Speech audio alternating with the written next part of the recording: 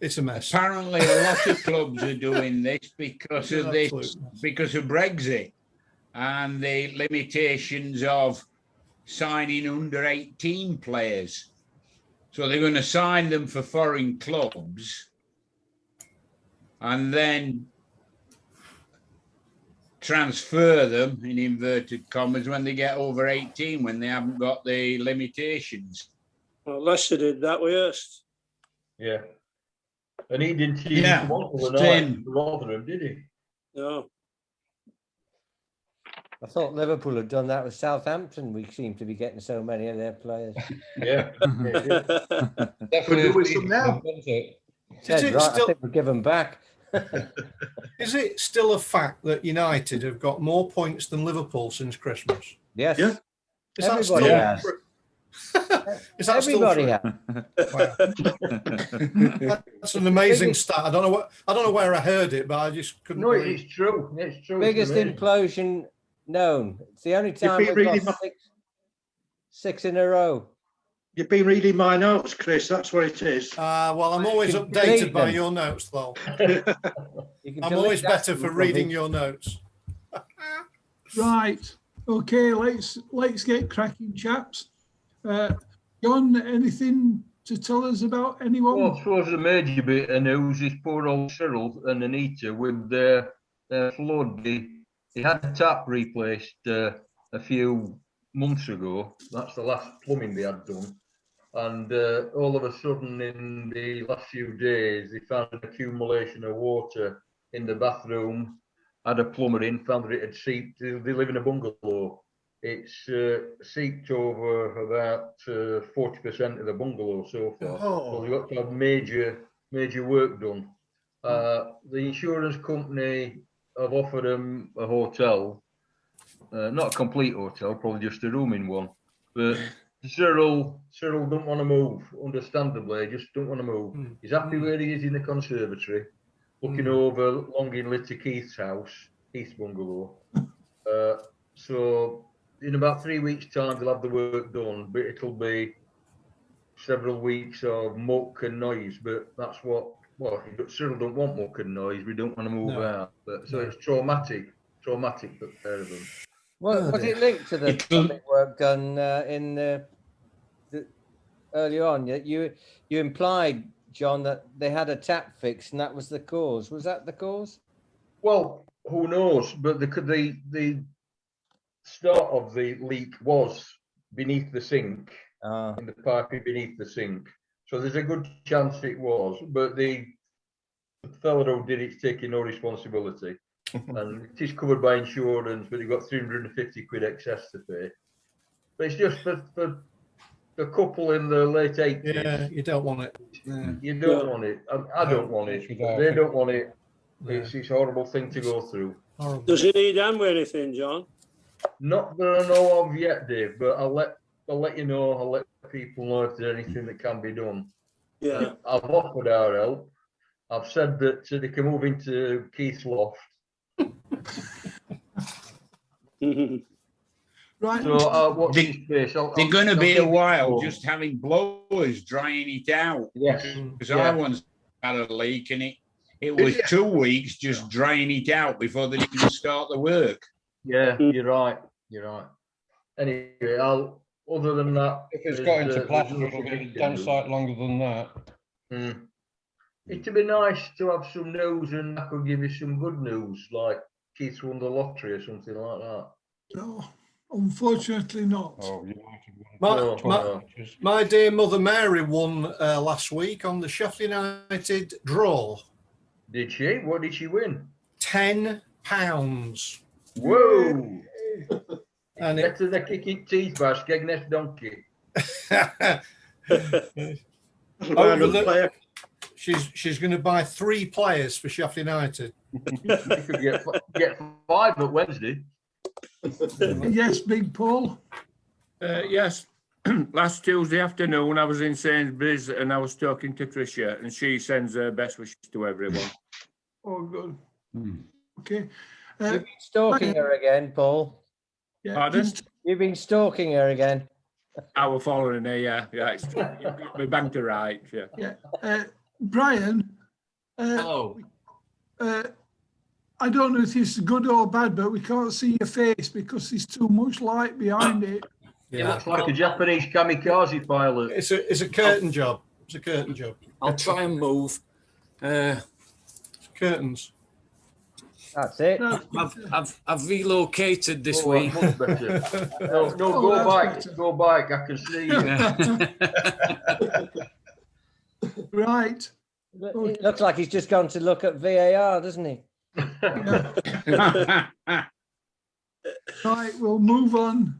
Yeah, to LOLs. News of the week. News of the week. News of the week. Okay, see what jollies we've got today. By the way, LOL, before Hello. you start. Yep. The quickest interruption yet. Yeah. Somebody can't type on your name.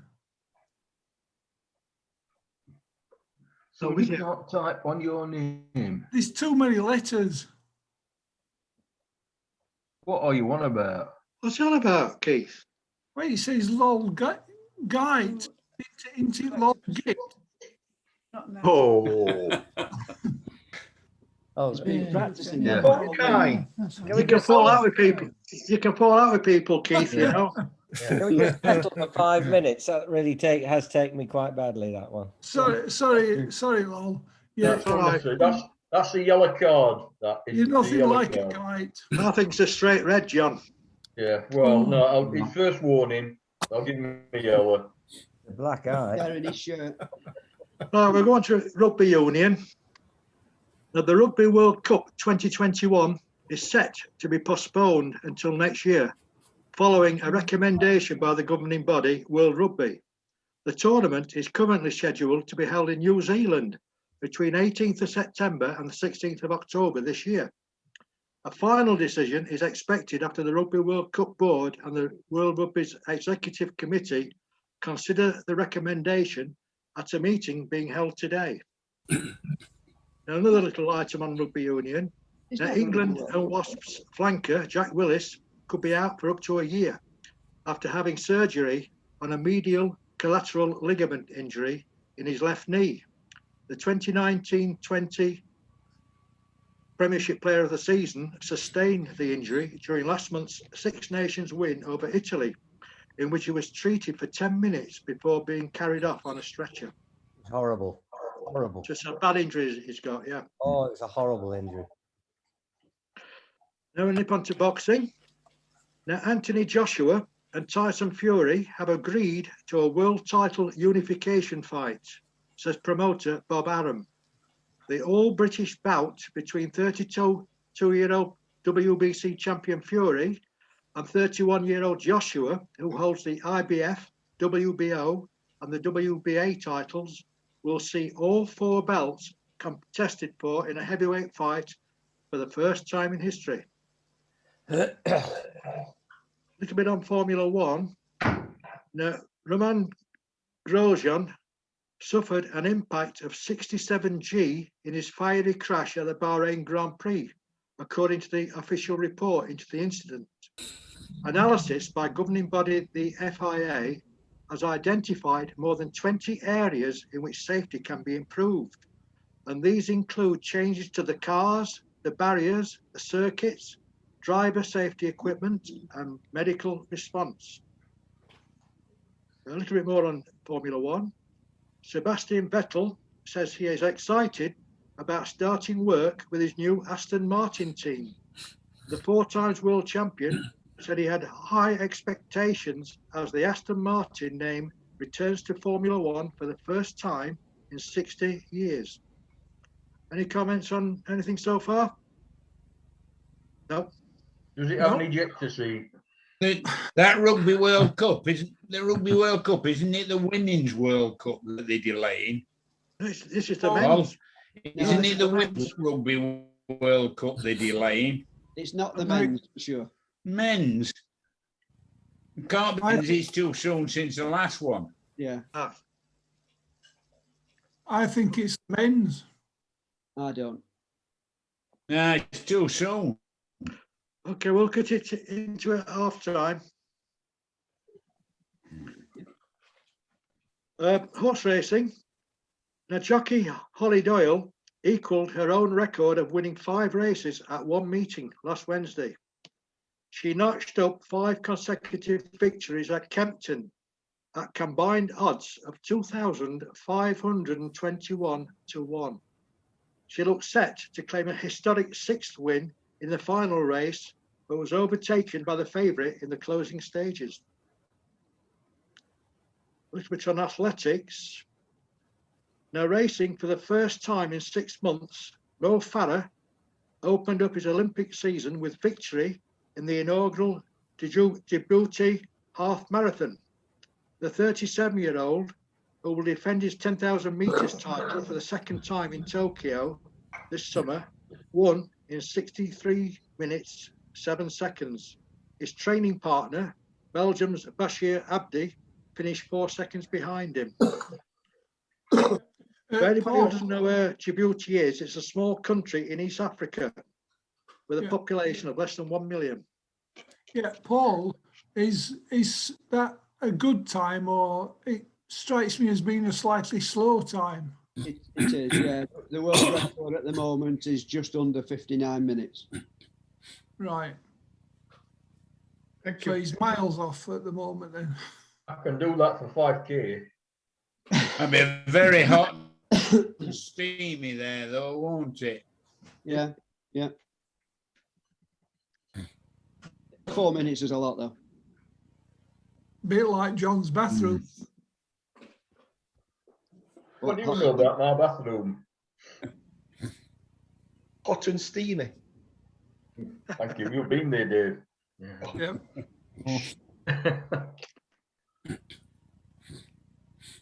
Oh, I'll go on to a topic I've not talked about, and that's curling.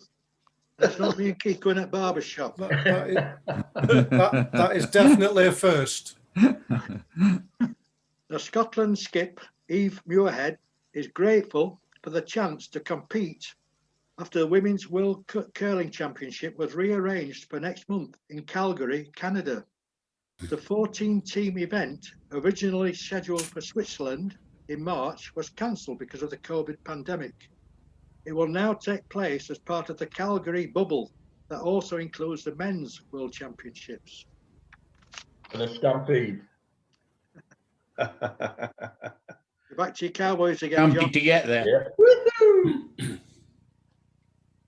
Little bit on golf. Now, American Bryson DeChambeau held off the challenge of England's Lee Westwood to win the Arnold Palmer Invitational event at Bay Hill in Florida by 1 shot. The US Open champion finished on 11 under for the tournament, 1 ahead of Westwood, who led DeChambeau by 1 shot after round 3 and going into the last round. If 47-year-old Westwood had won, it would have been the oldest British winner of a PGA tournament. Anybody know who the previous oldest winner of a major is? You've got to go back over. British winner. It's an Gary oldest, Player. oldest. No, you've got to go back over 150 years. Oh,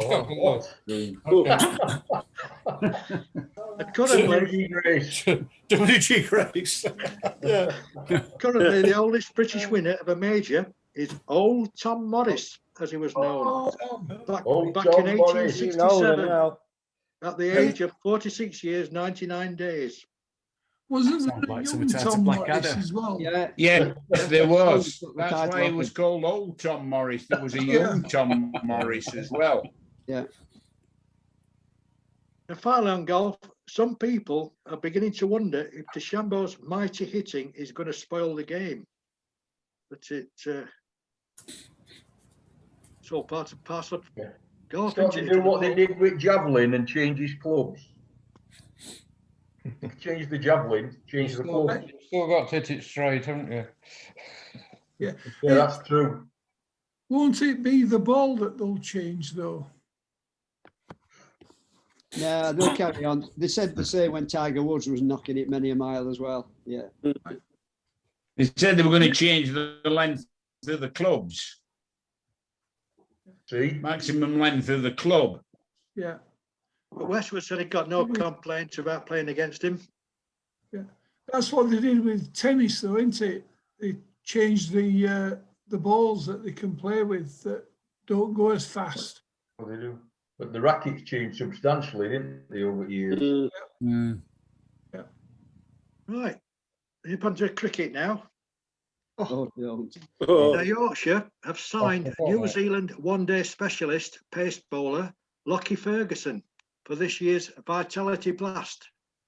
Ferguson, who took 21 wickets in his side's run to the 2019 ICC Cricket World Cup final, will be available for all Yorkshire's North Group games, depending on international commitments.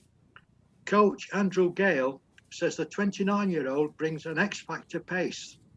Pace in T20 cricket is always good, but his death bowling is particular will be a huge benefit to Yorkshire. You know much about this Lockie Ferguson, Chris? Or No, it's pretty rapid, I believe. He is rapid, yeah. Doesn't always mean success. What's death bowling? Yes, at the end. Did you say death or death? Death bowling. It's right at the end of the match, Keith. That's a couple of overs, isn't it? They try and put it into the black hole if they can, bowling Yorkers, if they can possibly do it. Gavin Goffrey's very good at that. Yeah. Goffrey, excellent at that. Chris Jordan. Yeah. Yeah, one or two specialists in it. Not Ben Stokes then. Oh, no. The West Indian captain, Kieran Pollard, struck 6 sixes in 1 over off Akila Dhananjaya, who in his previous over had taken a hat-trick as the West Indies beat Sri Lanka by 4 wickets in a T20 game. Pollard became only the 3rd man to hit 6 maximums in 1 over in international cricket. Now, I'm going to ask you a question now. Do you know who the other 2 are who have hit 6 sixes in international cricket? Well, Gary Silver's is one. We're talking about international cricket, isn't it? Is it Dravid? Ravi Shastri, wasn't it? Shastri. No. No, it was a guy who hit. Somebody hit broad for 6 sixes. I can't remember his name. It's Yuvraj Singh. Yuvraj Singh. Yeah. He hit a young-looking Stuart Broad for 6 sixes in 2007, the T20 World Cup. The other guy's a South African in the World Cup. That's right. And hang on a minute. Go on. Well, what are you thinking? Herschel Gibbs.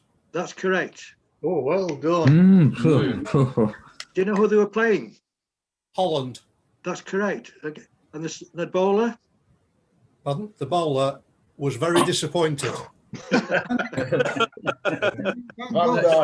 you don't know where he lives? He lives...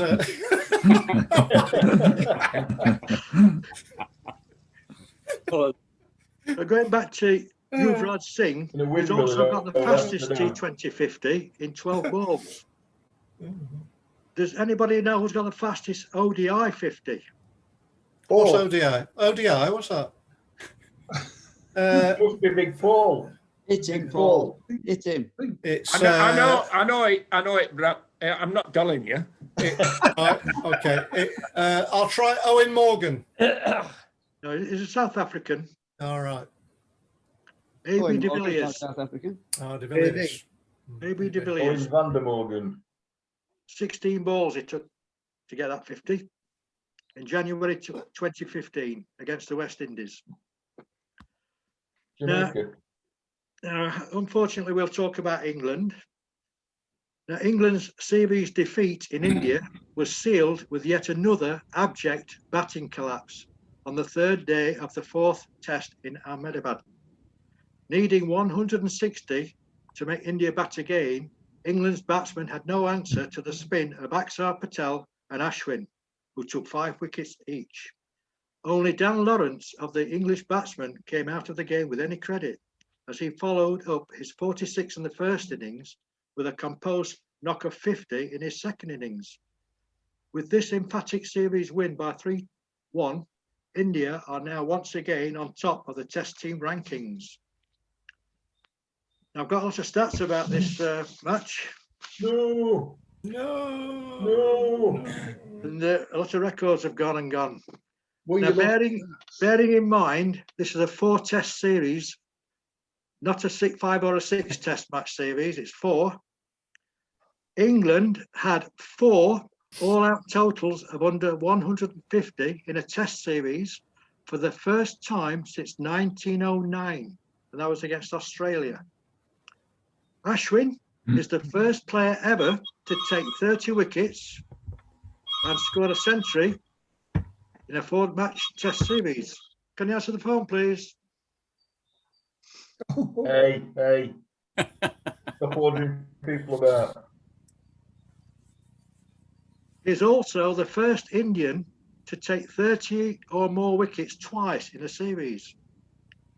Axar Patel took 27 wickets in his debut series, which is the joint most for India, along with Dilip Doshi, who achieved his 27 wickets in a 6-match series against Australia in 1979. Axar Patel, also with his 27 wickets, puts him joint third with the most wickets for any country after a bowler's first 3 test matches. Now, the 7 5-wicket hauls by Indian bowlers in this series makes it the joint most ever in a test cricket. It is only the 3rd time there has been a century partnership for both 7th and 8th wickets in the same innings. The only other clubs to accomplish that feat were Australia in Sydney 2008 and England on that same ground in Sydney 2011. It is the first time in their history that India have won 3 matches in a test series after going 1-0 down. Ashwin's Player of the Series award is the 8th of his career and puts him joint 3rd on the all-time list, along with Imran Khan, Richard Hadley and Shane Warne. In first place is Muralitharan with 11, and in second place Jack Callis with 9. 67 out of the 80 wickets went to spinners. England's top 3 batsmen bagged 8 ducks in a test series for the first time since 1903 against Australia. Can you stop now? Yeah. Can you just stop? It was a... All right. Yeah. Yeah, sorry, Lol, go on. Sorry. Yep. It is the most ducks ever by a visiting team to India in a test series with 15. The previous record for this feat was held by the West Indies with 14 ducks 42 years ago. Joe Root was out LBW 6 times, which puts him 2nd on the list of batsmen dismissed this way in a test series. Only Kim Hughes has been out more times this way with 7 LBWs against him in the 1981 Ashes series. England now hold the record for most men out LBW in a test series in India with 37. West Indies had the previous record of 36 in a 6-match test series 37 years ago. Now, in beating England by an innings and 25 runs, it makes India's fourth biggest victory against them. Right, we're on to football. Any comments about cricket? We've all committed suicide, Lol. Like death by 1,000 cuts, isn't it? Yeah. This makes it worse. This is worse. Come on, Chesterfield. Come on, Chesterfield. Yeah. My only it's my only team that's doing any good. Right. Barnsley's having a good run. They are. Who's that? Excellent run. Barnsley. They're having a good run, Barnsley. Yeah, they are very, very good. Yeah. Like watching Brazil. It's like watching Brazil. You're going to be starting to wear a red shirt, Big Paul. Yeah. No, not yet. Right, that's it, Lol. No, I'm going to do football now. No, is that it? Yeah, you thought you were depressed before. Yeah, we're suicidal now. What's happening? Milton, Keith, Milton. I said I'll kill you all off. Get on Oprah Winfrey show if you're feeling suicidal. How many millions will I get? Done it for free, apparently. All right. Is that true? No, she got 6.5 million. It's not what Is she that dollars said. or pounds? Well, that's what they said. Well, that's what I read anyway. 6.5 million she got. It was pointed out at the beginning of the interview that she was doing it for free. No, Yeah, no, right. Maybe The she gave the programme money to makers- charity. the program makers didn't pay them. So I think you might find that maybe the networks did. Oh, lol. Anyway, onwards and upwards. Tell us some good news about football, lol. Onwards and downwards. That's good. That's good, lol. Yeah, great. I've muted him.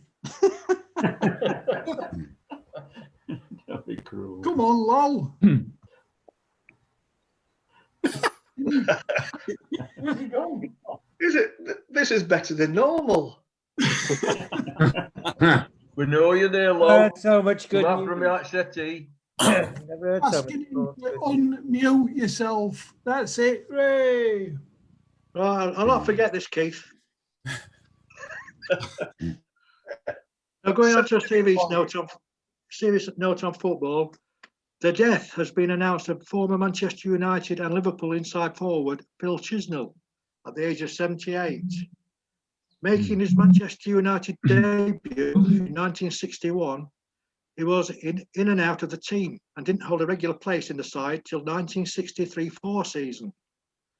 Liverpool manager Bill Shankly, thinking he was something special, signed him in 1964 for £25,000 for the Anfield club, but he was a bit of a failure, making just 9 appearances before moving on to Southend United, where he flourished. He ended his playing career at Stockport in 1971, after which he returned to Manchester and ran 2 betting shops before working as a plant operator and in a bakery. He remains the last player to be transferred directly between Manchester United and Liverpool. Wow. Affected by a major stroke in his later years, a charity evening was held in October 2014 near Manchester, with all proceeds and money raised going to support Phil and his family. This event was attended by former Manchester United and Manchester City players. Were you saying something, Ian? No. Oh, sorry. The Fulham midfielder Kevin McDonald says he has chronic kidney disease and is due to have a transplant next month. Wow. The 32-year-old Scot, who played for Sheffield United from 2011 to 2013, has lived with the condition for 12 years, but it has now deteriorated and he accepts it may bring an early end to his career. Who is that? Sorry, I missed that. Kevin Kevin McDonald. I've got to Remember go. My bloke's arrived. Oh, yes. Yeah. Football has been great, but I want to get it done now. Make sure everything is okay. Come back from it and live a normal life again, said McDonald.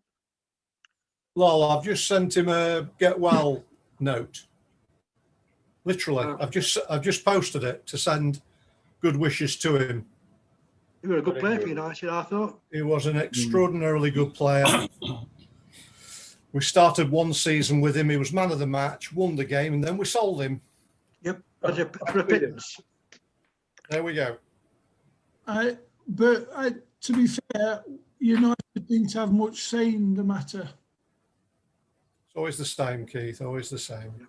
Didn't have any say in the matter. The player wanted to go and he could go under the terms of his contract. So, Now, Coventry City are close to finalising a 10-year deal to return to the Ricoh Arena next season. After a dispute with the owners, Wasps Holdings Limited, Coventry played their last game there on the 28th of April 2019. It's understood a deal with Rugby Union side Wasps, who own the ground, is all but agreed, and a meeting was held last Friday evening to discuss the matter. The Sky Blues have shared Birmingham St Andrews Stadium since August 2019. Now, at 38 years and 198 days, Phil Jagielka became the second oldest player ever to be sent off in the Premier League, and he was sent off for the Blades against Aston Villa last week. Now, who is the oldest player, is my question. Anybody know who the oldest player to be sent off in the Premier League? Yes, but I can't. I heard him say who it was. Eh? He played for West Ham at the time. It was Stuart Pearce. Of course. He was 143 years older. He got 2 yellow cards against Everton in March 2001, the year that he was made Hammer of the Year. Now, after going unbeaten in 68 league games at Anfield, Liverpool have now lost 6 consecutive home league games for the first time in their history. And that beats the Blaze this year, because the Blaze longest losing run at Bramall Lane has been 5. No, I ain't gone long. What? Well, you say for the first time in their history. Liverpool's history, yeah. I thought that they'd done it in 1953-54 season when they got relegated. We're talking about Liverpool now. Yep. No. Nice. I think Donald's right. 6 consecutive for the home league game. We're talking about league games, Keith. Yep. All right. I suppose they might have been cup games in the other run. Now, Rangers are Scottish champions for the first time in 10 years after Celtic drew 0-0 with Dundee United. With a 20-point lead and only 6 games remaining, Stephen Gerrard's side have denied Celtic an unprecedented 10 titles in a row. And the unusual thing about that, in 32 games so far, is that they've only conceded 9 goals. Right, have I got time for one more? Yep, 2 minutes. Yeah, I've got less than this. Now, Manchester City's run of 21 successive victories in all competitions came to an end with defeat at home to arch-enemy Manchester United the other day. And it extended Manchester United's undefeated away record to 22 games, which includes 14 wins. I'm not going to talk about the Sheffield clubs because I think you're upset enough. So there ends the news. Well done, Lol. Well done, Lol. Yeah. Well done, Lol. Can you wear a black armband next week? I'll try and bring you something cheery one day. Yeah. Change of ownership. For Wednesday, we play Norwich. It's the sort of game that they'll go and win. Yeah. Yeah. Of course it is. Stop daydreaming, Keith. Trying to cheer John up. Well, Clinton won at Man United, so. They what? They won at Man United? Yeah, we did. Oh, you did, you mean? Oh, Yeah, we I thought did, you yeah. said that was. So we're less than a minute, chaps. So let's wrap this one up and we'll start afresh.